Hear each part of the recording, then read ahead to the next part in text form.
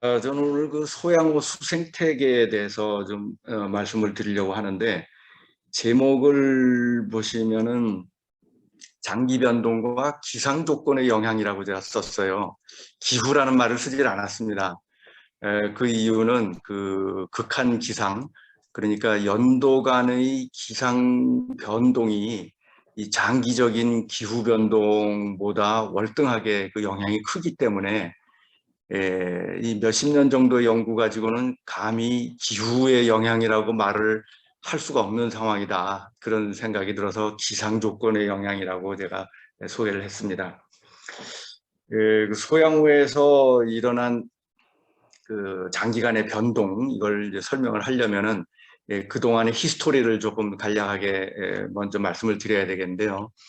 이제 74년도에 댐이 만들어지고 아주 큰 이벤트가 몇 건이 있었는데, 가장 큰 이벤트가 가두리 양식장이라고 하는 것이 있었습니다.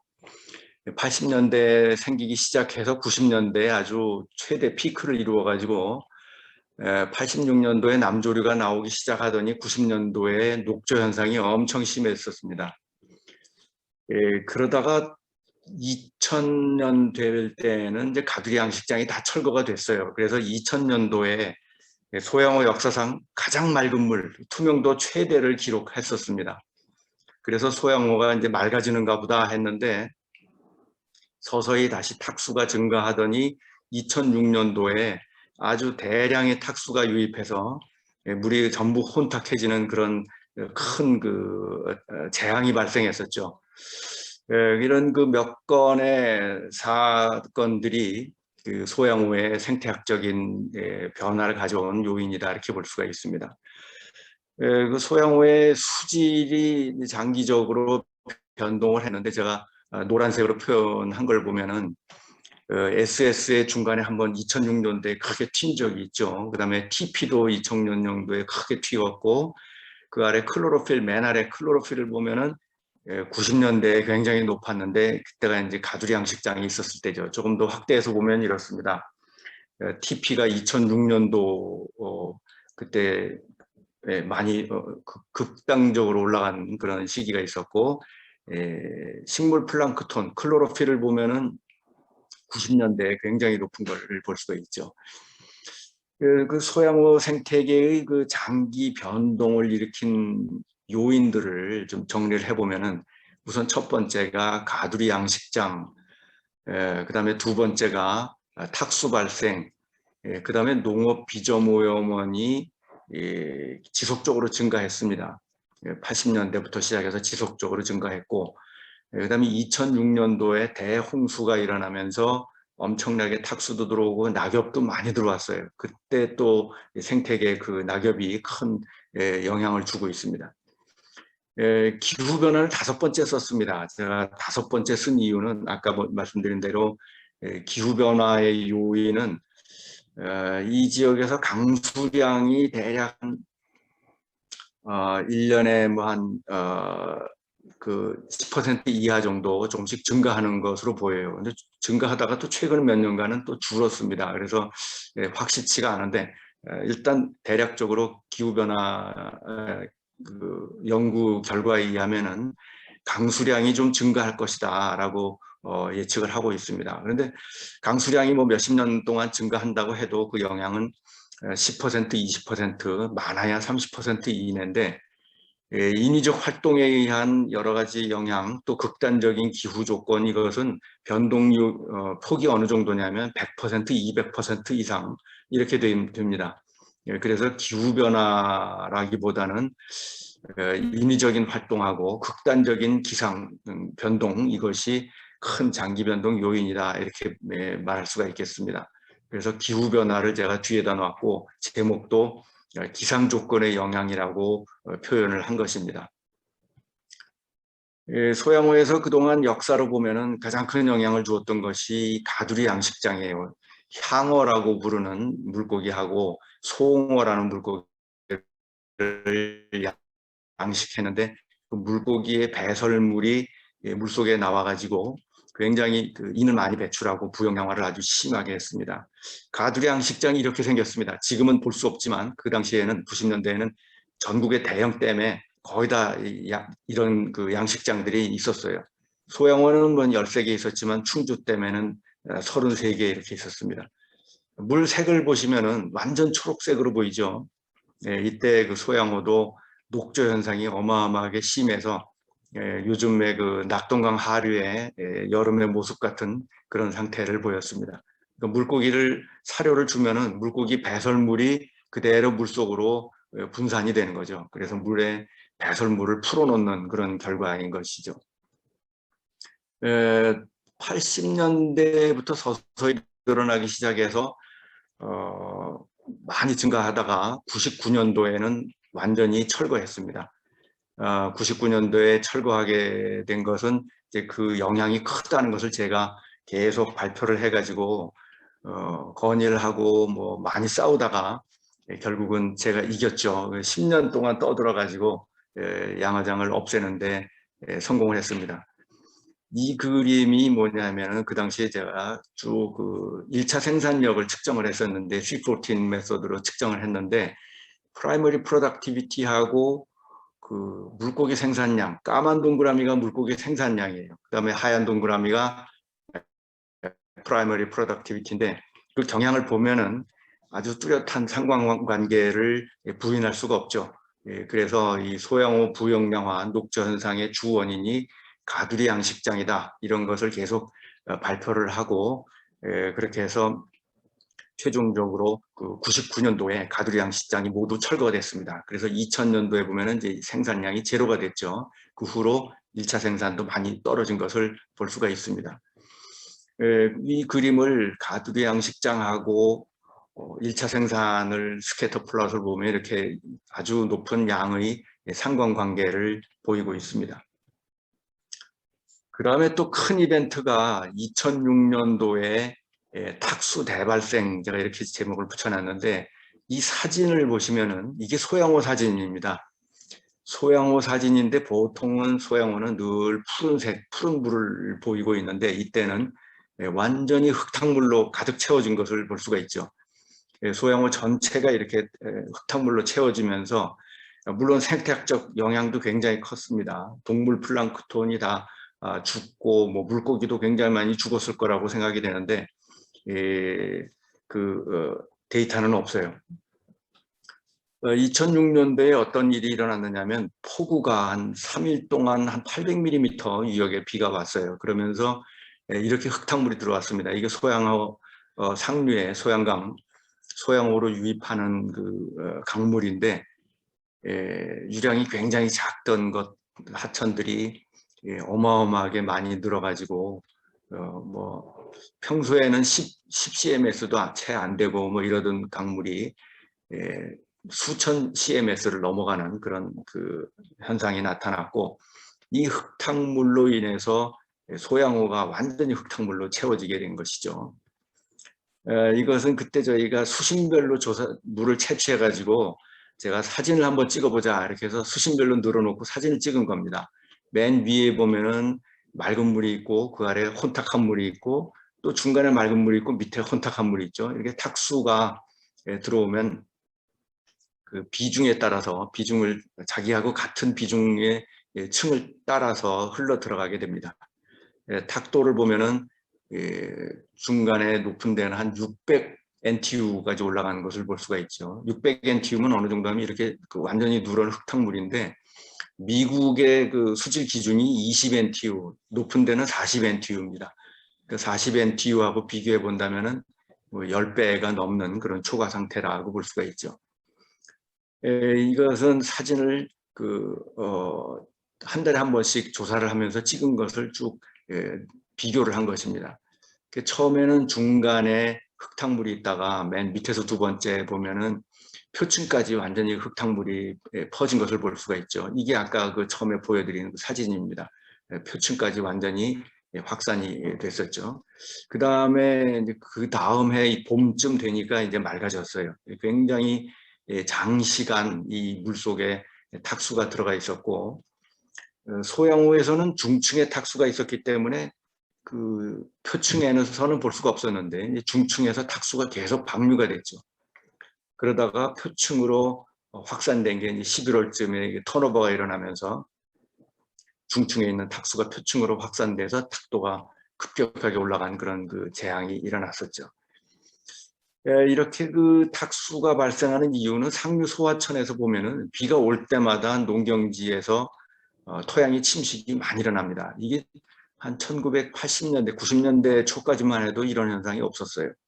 그러다가 농기계가 많이 보급되고 이 토양을 많이 교란하기 시작하면서 탁수 발생이 증가하고 그러다가 탁수 현상 아주 심해진 게 이제 2006년도에 일어난 현상이죠.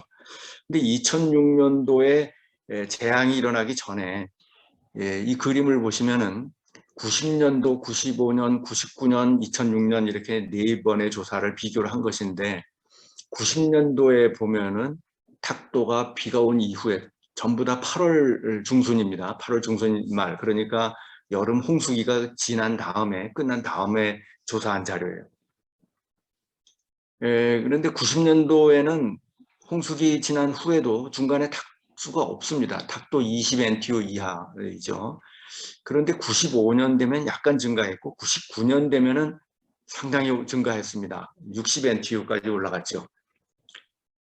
그래서 제가 그 소양호의 탁수가 심각하다고 하는 것을 98년도부터 신문에 기고문을 쓰고 99년도에도 기고문을 많이 쓰고 발표를 하고 뭐 인터뷰도 하고 그랬습니다. 그런데 그때는 탁도가 심각하다고 얘기해도 아무도 귀담아 듣질 않았어요. 그러다가 2006년도에 크게 심해지면서 탁도가 한 300NTU 이상으로 막 올라가고 그랬죠. 그리고 나니까 이제 사람들이 관심을 가지고 정부에서도 또 대책을 내놓기 시작하고 그랬습니다. 그래서 탁수가 사실은 90년대부터 조금씩 증가해 오다가 2006년도 홍수 때 아주 피크를 이뤘다는 거죠. 탁수가 유입하면 문제가 뭐냐면은 그 부유물질이 빨리 가라앉질 않아요. 보통 큰 것은 빨리 가라앉아요. 10마이크론 이하 되는 거는 소양강 상류에, 소양댐 상류에서 뭐 얼마 안 가서 가라앉아 버립니다. 그런데 한 1마이크론 이하 되는 것들은 이게 가라앉는데 몇 달이 걸려요. 조금 요거는 소양호에 이 탁수가 들어온 지 한 3개월 후에 채수한 물을 걸러가지고 도대체 얼마나 크기의 입자들이 떠 있는가를 확인하기 위해서 걸러가지고 전자현미경 사진을 찍은 겁니다. 샘을 찍어봤더니 가운데 제일 큰 게 1마이크론입니다. 그리고 다른 것들은 다 1마이크론 이하예요. 이런 것들은 스톡스로에 따르면 침강 속도가 매우 느린 것으로 볼 수가 있고, 그래서 이 탁수가 가라앉지 않고 중층을 빠져나가서 하류로 방류됩니다. 이것은 이제 C=W2라고 하는 저수지 수질 모델을 이용해서 시뮬레이션 한 결과인데 실측한 결과하고 굉장히 잘 맞아요. 보면 비가 와서 그 흙탕물이 상류에 들어가기 시작합니다. 이 색깔은 그 부유물질 농도를 말하는 겁니다. 탁도를 말하는 거예요. 7월 23일에 들어오기 시작해서 7월 27일 되면 상당히 많은 그 탁수가 들어온 걸 볼 수 있죠. 그 다음에 7월 30일 되면 한 일주일 지나면은 그때 들어오는 탁수가 이제 댐 앞에까지 거의 도달합니다. 댐 앞에 도달하는데 중층으로 들어가 있죠. 중층으로 들어가 있는 이유는 이 부유물질이 많은 물은 밀도가 높아져요. 밀도가 높아지기 때문에 중간으로 들어갑니다. 또 이 비 오는 날 강우시에 들어오는 그 물은 온도가 낮아요. 그러니까 평소에 소양호 표층 수온은 한 20도를 넘어가는데 여름에 한 24도 이렇게 되는데 이 비 오는 날은 온도가 한 15도밖에 안 됩니다. 그러니까 그 온도가 낮아서 밀도가 크고 또 부유물질이 많아서 밀도가 크고 그래서 중층으로 흘러들어가서 중층류를 형성하게 되는 것이죠. 그렇게 해서 중층류가 댐에서 방류됩니다. 이 발전 방류구가 댐 중간에 있기 때문에 중간에서 흙탕물이 방류가 되는 것이죠. 이때 보면은 그 표층수는 맑은 물이에요. 표층수는 맑은 물인데 중층에서는 이렇게 흙탕물이 나가는 거죠. 이렇게 흙탕물이 나가면서 문제는 하류에서도 이제 문제가 생깁니다. 그 하류의 의암호의 탁도인데 의암호에서도 이 탁도가 이렇게 굉장히 높아지는 현상이 나타났고, 그 물이 그 다음 청평댐으로 들어갑니다. 그래서 평소에 탁도가 10 이하이던 청평댐에서 탁 100을 넘어가는 이런 일이 생겼고, 이게 한 홍수 후에 한 4개월간 이런 현상이 나타났습니다. 이 물이 청평댐 다음에 팔당댐으로 들어갔습니다. 그래가지고 팔당댐에 들어가서 그 팔당댐까지 탁수가 장기화하면서 어떤 생태학적 피해가 일어났느냐면, 의암호, 청평호, 팔당호 이 세 개 소양댐 하류에 있는 세 개 댐에 수생식물이 거의 전멸했습니다. 수생식물이 특히 침수식물은 완전히 없어지고 그 정수식물만 조금 남아있는 그런 상태가 됐죠. 그래서 그 수생식물이 괴멸되면서 어류도 굉장히 많이 줄었어요. 그래서 이때부터 어민들이 물고기가 안 잡힌다 이런 그 피해를 많이 호소를 했었죠.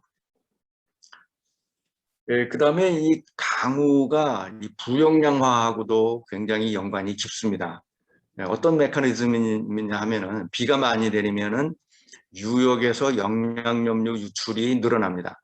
또 강우의 강도하고도 관련이 돼요. 총 강우량뿐 아니라 강우 강도가 높아지면은 그때 표층에 그 퇴비가 많이 유출되기 때문에 인이 많이 유출돼요. 그래서 호수로 많이 들어오고 식물 플랑크톤이 증식하고 그걸 먹고 동물 플랑크톤이 증식하고, 그러니까 이게 비가 한번 온다고 하는 것이 호수에는 비료를 많이 투입하는 거죠.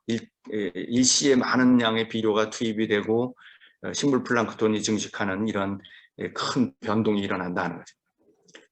유역에서 들어오는 그 하천 중에 이제 만대천이라는 소양강 상류의 하천이 있는데, 여기에서 그 인농도 TP를 한번 보시면은, 이게 비 오는 날 측정한 겁니다. TP를 보시면 0.5mg/L 정도 됩니다. 그럼 이게 어느 정도 수준이냐 하면은, 호수가 부용량화되지 않으려면은 이 농도가 0.03 정도 돼야 돼요. 그런데 0.5니까 그 부용량화 기준의 한 15배 정도, 하수하고 유사합니다. 하수의 인농도가 한 1mg/L 정도 나오는데, 그하고 비슷한 정도로 굉장히 높은 물이 농경지에서 나온다는 거죠. 그러니까 이게 비만 오면은 이런 물들이 들어가서 호수에 부용량화를 일으키는 거죠. 그래서 흙탕물이 들어올 때는 인농도가 똑같이 증가합니다.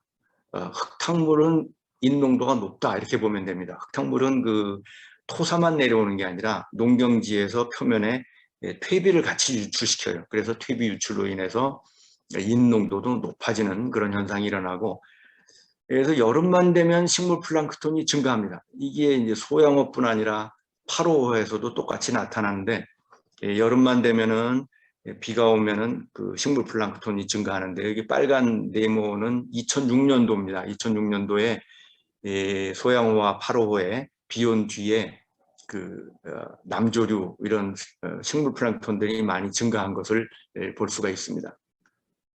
이렇게 비가 온 뒤에, 큰 비 온 뒤에 식물 플랑크톤이 증가하는 현상은 소양호만 있는 게 아니에요.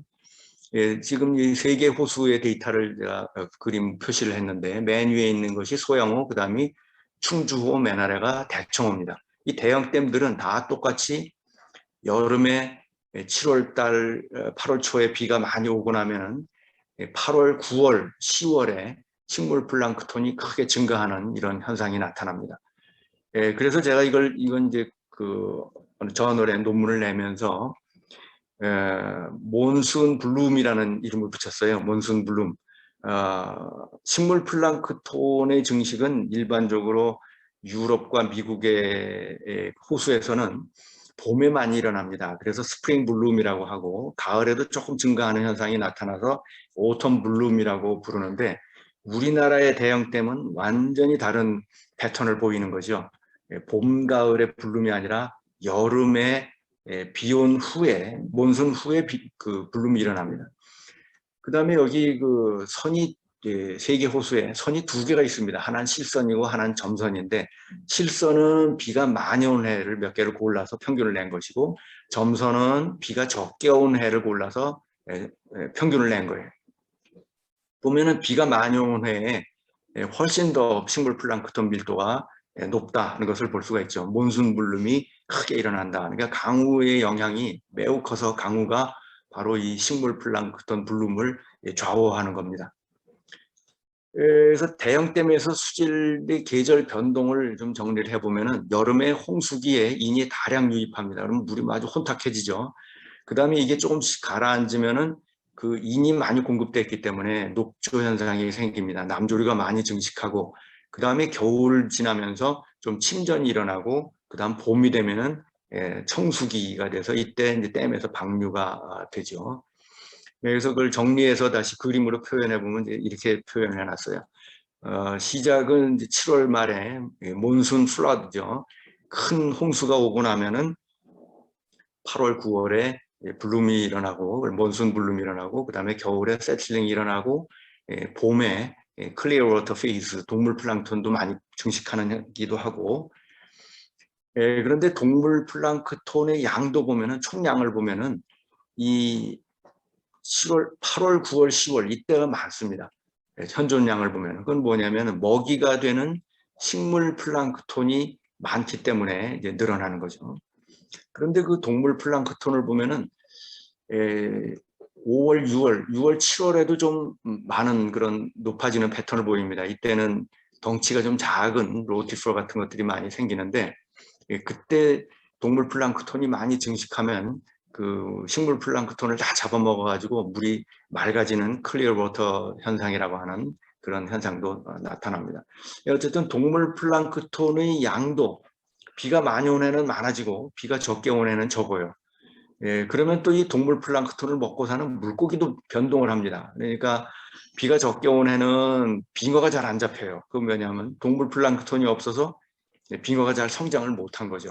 이렇게 그 강우량이 결국은 식물 플랑크톤, 동물 플랑크톤, 물고기에까지 연쇄적으로 큰 영향을 준다는 거죠. 그다음에 그 소양호의 부화량이 장기 변동도 있습니다. 유역에서 인위적인 영향으로 장기간 변동하는 현상이 나타나는데 한 2001년 이후에 아까 말씀드린 것처럼 99년도에 가두리 양식장이 없어지고 2000년도에 그 투명도 최고치를 찍었습니다. 그래서 소양호 물이 맑아지는가 보다 했는데 그 이후로 다시 부역량화가 시작됐어요. 그 보니까 유역에서 인을 많이 배출하기 시작한 거죠.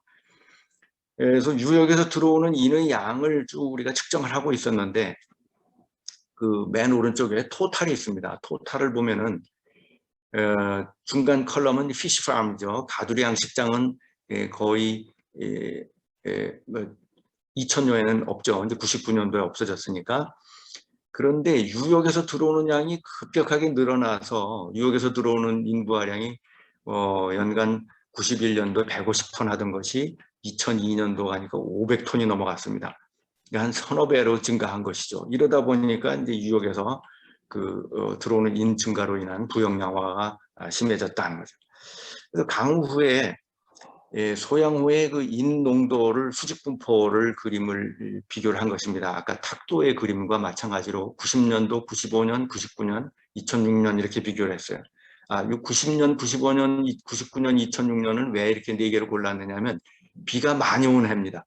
여름에 비가 많이 온 해여서 흙탕물이 많이 들어간 그런 그 연도를 고른 거예요. 근데 90년도에는 비가 엄청나게 많이 왔지만 중층의 높은 인이 보이질 않습니다. 그런데 99년도에는 탁도도 증가했고 인농도도 굉장히 높았죠. 2006년도에 또 훨씬 더 어마어마하게 높은 농도를 보였습니다. 그래서 그 이후에 보면은 강우량하고 Y축은 인부하량입니다. X축은 강우량이고 강수량하고 인부하량이 이런 비례 관계를 보이면서 변동을 해왔다 이런 것을 볼 수가 있습니다. 그래서 2000년 이전까지는 강우량하고 프라이머리 프로덕티비티가 상관관계가 없었어요. 왼쪽 그림. 근데 오른쪽 그림 보면 2001년도 이후에는 강우량하고 이 프라이머리 프로덕티비티가 상관관계가 굉장히 높은 걸 볼 수가 있습니다. 근데 그 프라이머리 프로덕티비티의 단위를 한번 비교해 보세요. Y축의 단위를 보면은 그 2000년 이전 가두리 양식장이 있을 때는 100에서 한 500 사이의 범위를 보이죠. 그런데 가두리항 시장 없어진 이후에는 100 이하입니다. 높아진다고 해도 100 이하, 엄청난 차이를 보이죠. 어쨌든 낮아지긴 했지만 이제 서서히 다시 증가하기 시작하면서 강우량의 영향을 받고 있다는 거예요. 유량하고 강우량하고 탁도, 그다음에 인의 관계를 보여드렸는데 유기물 함량도 이 강우량에 따라서 달라집니다. 그러니까 유역에서 이 탁수가 들어올 때 이 진흙 입자만 들어오는 게 아니라 그 퇴비가 유출되는 현상이 많이 일어나는데 미세한 그런 그 유기물 입자, 이걸 호수학에서는 드브리라고 합니다. 드브리라고 하는 그런 미세한 유기물 입자들이 많이 들어오고 용존 유기물도 많이 들어오고 해서 이 유량하고 유기물 함량하고 비교해 보면 상당히 유의적인 상관관계를 보입니다. 그래서 기후변화에 의해서 강우량이 증가한다면은 유역으로부터 호수로 들어오는 유기물 부하량도 증가할 것이다, 이렇게 볼 수가 있죠.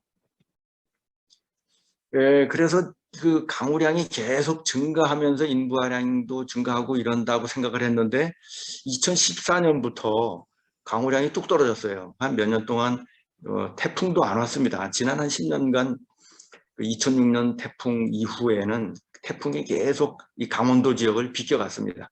그래서 탁수 현상도 발생하지 않았고 인부하량도 최근에 이제 강우량이 줄어드니까 줄어든 모습을 보이는데 이거를 두고 환경부에서는 탁수 저감 사업이 효과를 거두어서 탁수가 줄어들었다, 이렇게 발표를 했었습니다. 그런데 저는 거기에 대해서는 확신할 수가 없습니다. 그 이후에 태풍이 계속 비껴갔기 때문에 그런 것이지 태풍이 한번 또 여기를 지난다면은 어떤 이 탁수의 재앙이 발생할지 알 수가 없다 하는 것이죠.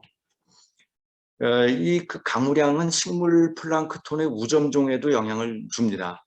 이게 이제 연도별로 우점종을 표시를 한 것인데 그 8월, 9월, 10월에 파란색으로 표현한 게 남조류입니다. 남조류 색깔이 파라니까 이제 파란색으로 표현했어요. 그래서 여름에 주로 남조류가 나오고, 그런데 2013년까지 나오다가 2014년부터 안 나옵니다. 아까 앞에 말씀드린 대로 비가 적게 와가지고 인부하량이 적어지니까 남조류가 안 나타나는 거예요. 그래서 이 강우량이 남조류의 출현을 좌우한다, 이렇게 볼 수가 있겠습니다. 물론 그 온도의 영향도 많이 받습니다. 지금까지 출현한 그 플랑크톤을 이 수온하고 비교해서 플롯을 해본 건데 남조류, 아나베나, 아파노캅사, 마이크로시스티스가 높은 온도에서 많이 나오는 것으로 보고가 우리 조사 결과에 나오고 있습니다. 그 중에서도 특히 그 마이크로시스티스라는 종이 조금 그 수온이 높을 때 좀 나오는 것인데, 과거에는 마이크로시스티스보다는 아나베나가 주로 나왔었는데 최근에 이 마이크로시스티스라는 남조류가 우점하고 있습니다.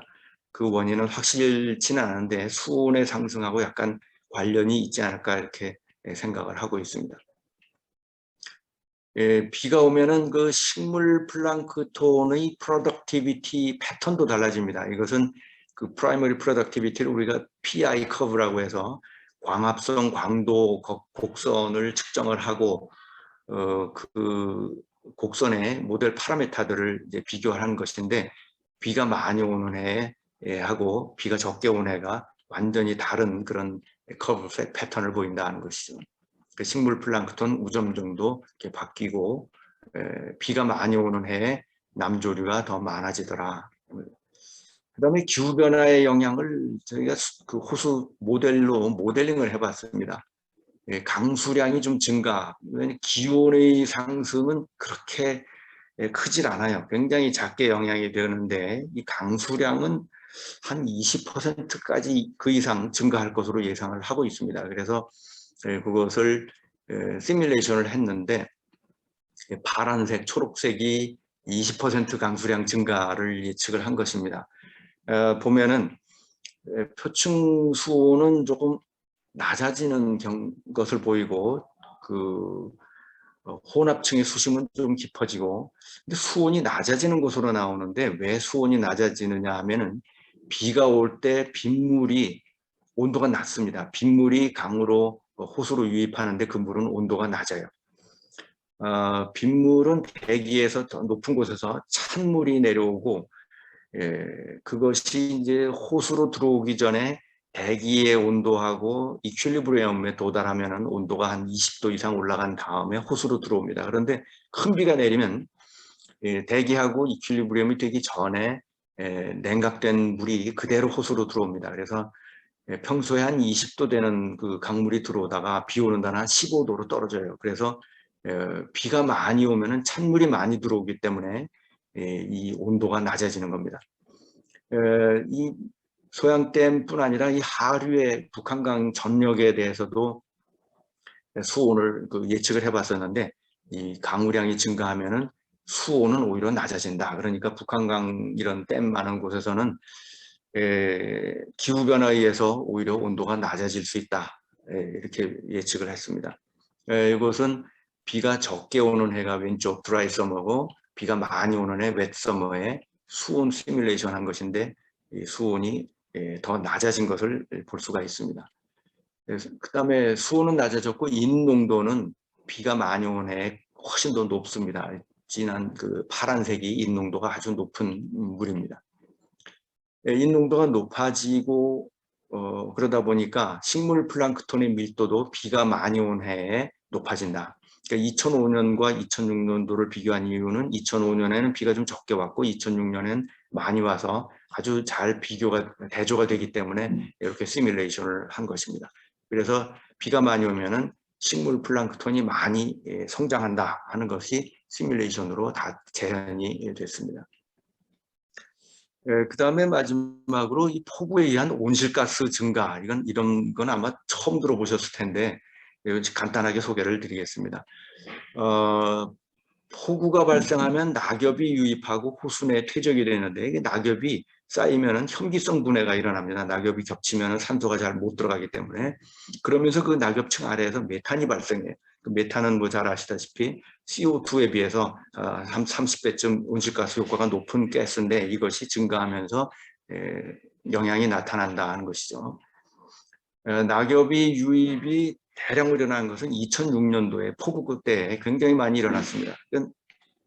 낙엽의 유입은 매년 일어나는 게 아니라 그 폭우 때 다량이 에피소딕하게 일어나는 거죠.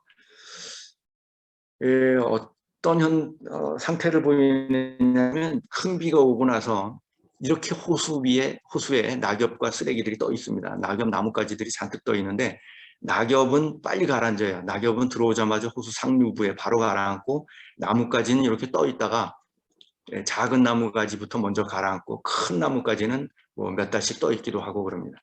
그래서 낙엽은 바로 호수 상류부에 퇴적이 바로 됩니다. 이렇게 엄청나게 많은 양의 낙엽과 나뭇가지들이 들어와서 가라앉는다는 거죠.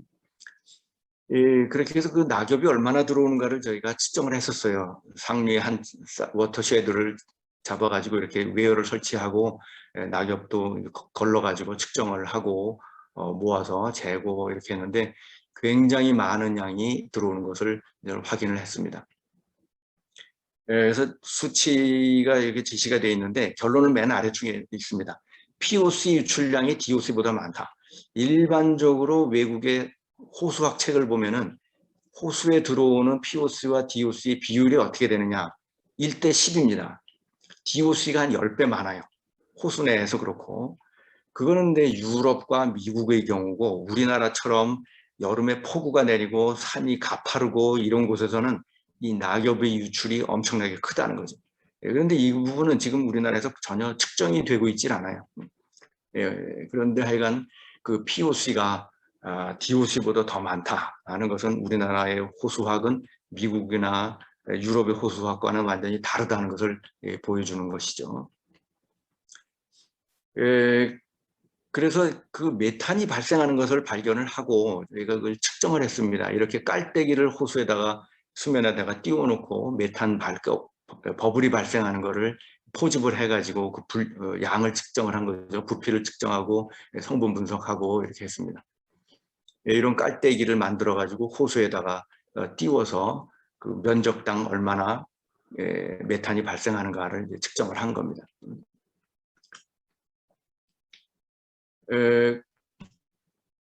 그 메탄이 발생하는 이제 모습을 동영상을 잠깐 보시면은 여기 바닥에서 이렇게 버블이 올라오는 걸 볼 수가 있죠. 가스 버블들이 올라오는데 이게 바로 낙엽 퇴적한 곳에서 발생하는 그 메탄입니다. 이런 식으로 부글부글 사방에서 올라와요. 엄청난 양의 메탄이 올라오는 거죠.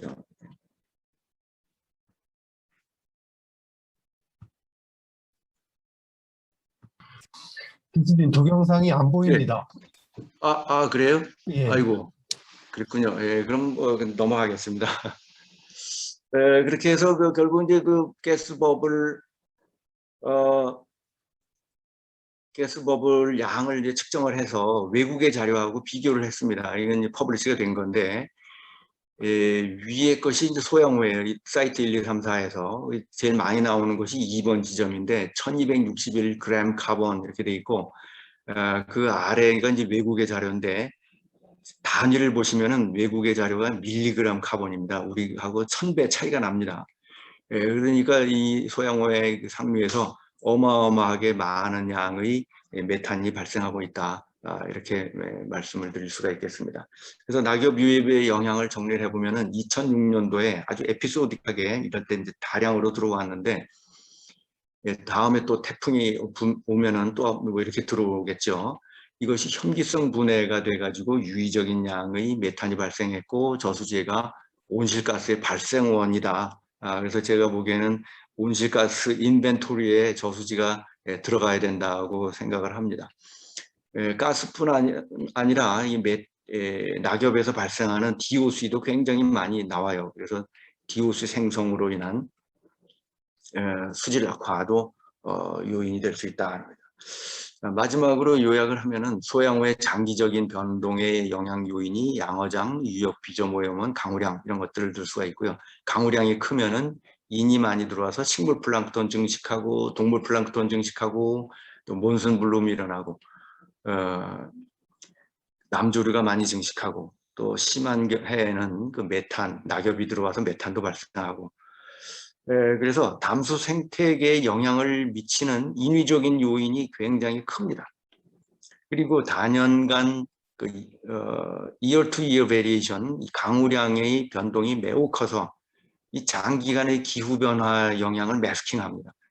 장기간 기후 변화 영향은 10%, 20%이 수준인데 이 year to year variation은 100%, 200% 수준이기 때문에 기후 변화의 영향을 파악하기 위해서는 굉장히 장기간의 모니터링이 필요하다 이렇게 말씀을 드리겠습니다. 네, 이상 마치겠습니다.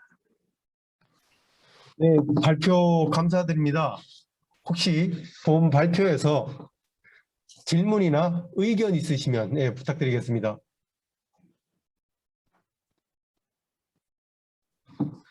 홍 박사님. 그런 얘기. 네, 국립생태대 홍승모입니다.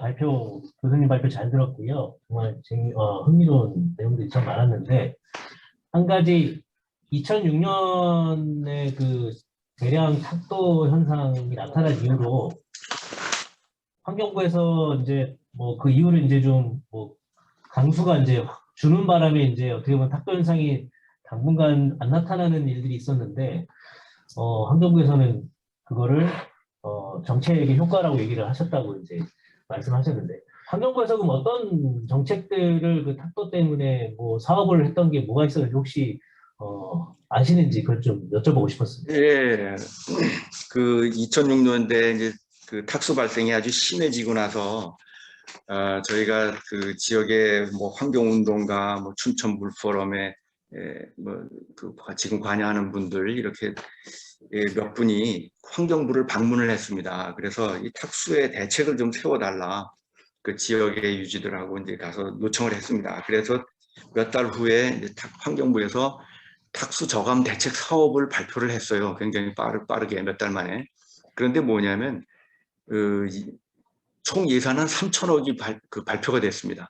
그런데 내용을 들여다보니까 기존에 하던 사업들 농림부, 산림부 이런 데서 하던 사업들을 모아가지고 이름만 탁수저감 사업이라고 붙인 거예요. 그러니까 예를 들면 농업 분야에서는 농지 그 관리하는 농경지에 뭐 도로 만들어주고 뭐 수로 만들어주고 이러는 그 농지 개량, 농지 환경 조성 이런 사업들, 그다음에 저수지 만드는 거, 또 산림청에서는 무슨 사방댐 만드는 것, 뭐 이런 것들을 다 모아가지고 탁수저감 대책 사업이라고 제시를 했더라고요. 그래서 제가 보니까 그거는 뭐 거의 효과가 없고, 수자원공사에서는 선택 취수탑이라고 해서 그 탑을 하나 만들었어요. 그 흙탕물이 중간에 생기면은 흙탕물을 피해서 표층수를 방류할 수 있도록 이 취수하는 취수구를 선택할 수 있는 그런 탑을 하나 만들었는데 그게 뭐 한 1,000억 들었을 겁니다. 그런데 그것들이 사실 별로 큰 효과를 내는 건 아니에요. 그런데 그 후에 실제로 효과를 낸 거는 뭐냐면은 제가 그 탁수가 발생하기 전부터 객토 사업을 굉장히 많이 비판을 했습니다. 농경지의 객토 사업이라는 건 뭐냐면은 이 표층에 그 토사가 씻겨져 나가면은 그 토사를 보충하기 위해서 산의 흙을 파내서 다시 부어줘요. 그래서 농경지 토양을 푸석푸석하게 만듭니다. 그런 객토 사업을 많이 했는데 군청에서 그걸 돈을 보조를 해줬어요. 농사 짓는데 도움이 되라고.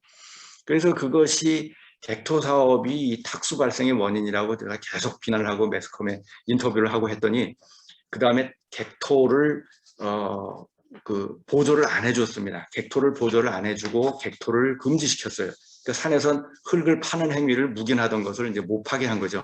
무단으로 구규림을 막 파가지고 농경지에 뿌렸었는데 이제 그걸 못 하게 하니까 이 객토를 안 하니까 토양이 단단해지면서 많이 줄어든 거죠.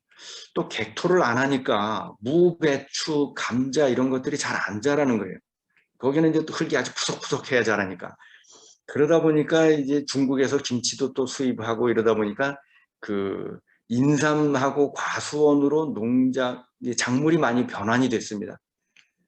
그래서 지금 탁수가 줄어든 것은 환경부에서 한 일이 아니고 그 군청에서 객토 지원비를 중단한 거죠. 돈을 써서 좋아진 게 아니라 돈을 안 써서 수질이 개선된 겁니다. 그래서 수질 악화되는데 돈을 지원을 해주다가 그 지원을 끊으니까 그 수질이 좋아진 거죠. 그 다음에 작물 전환, 이것이 그 탁수 저감에 좀 도움이 됐다 이렇게 보고 있습니다.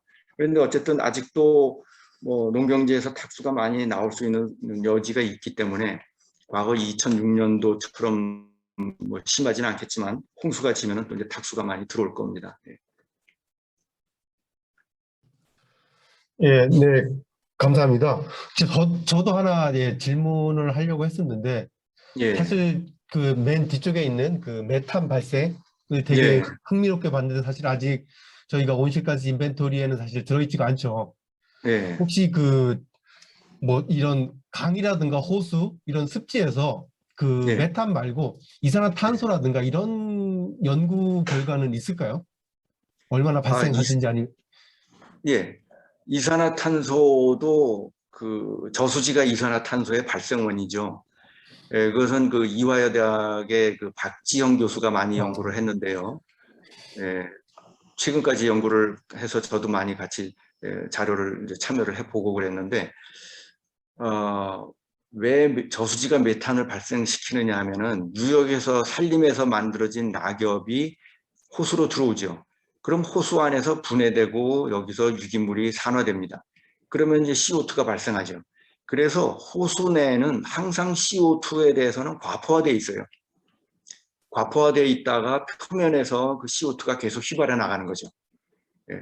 그래서 물이라고 하는 것은 호수나 강은 그 육상에서 만들어진 유기물이 들어와서 산화되면서 CO2가 발생하고 이 과포화되어 있는 CO2는 대기 수면에서 대기로 확산해 나갑니다. 그러니까 이 호수 수면이라는 것은 끊임없이 CO2를 배출하는 CO2가 들어가지는 않습니다. 이 육상에서 들어온 게 늘 과포화되어 있어요.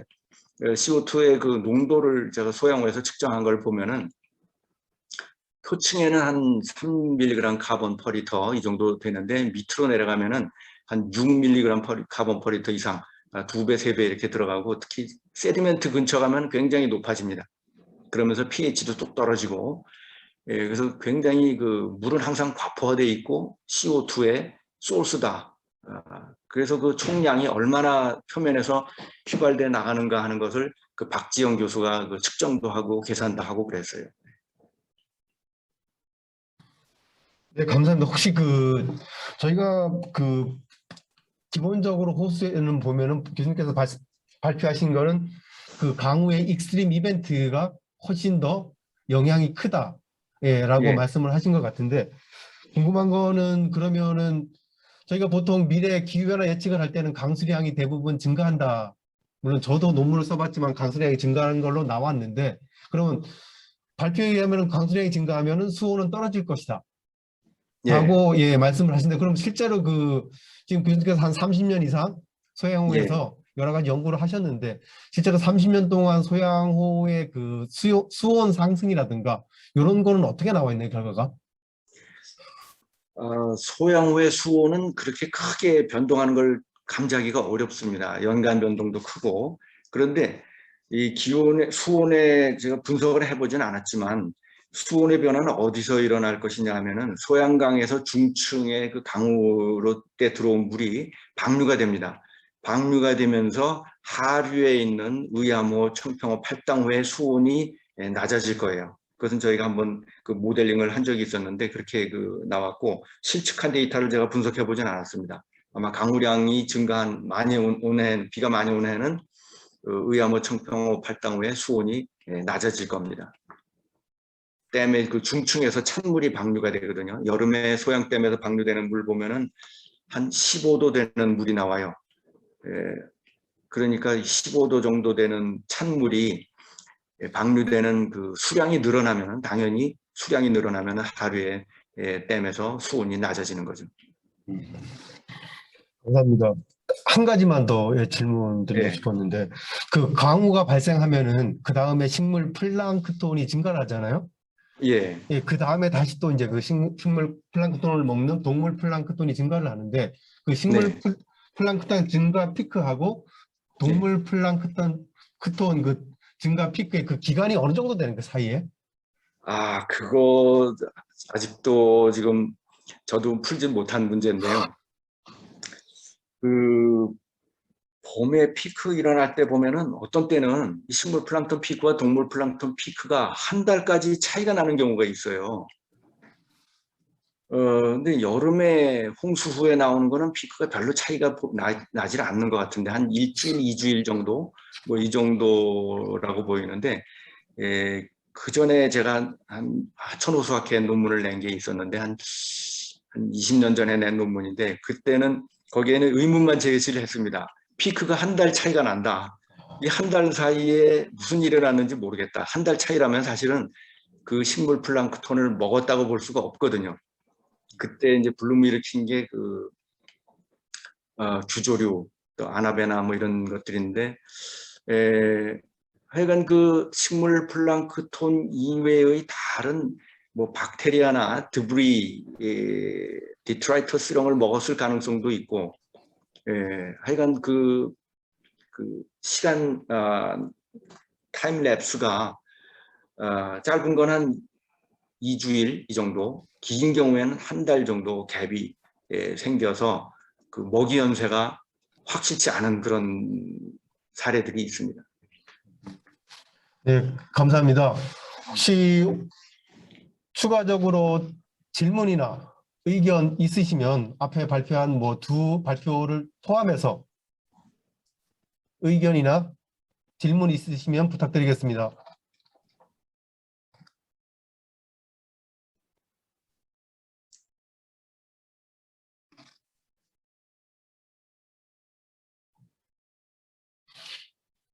거의 의견이나 질문이 없으신 것 같네요.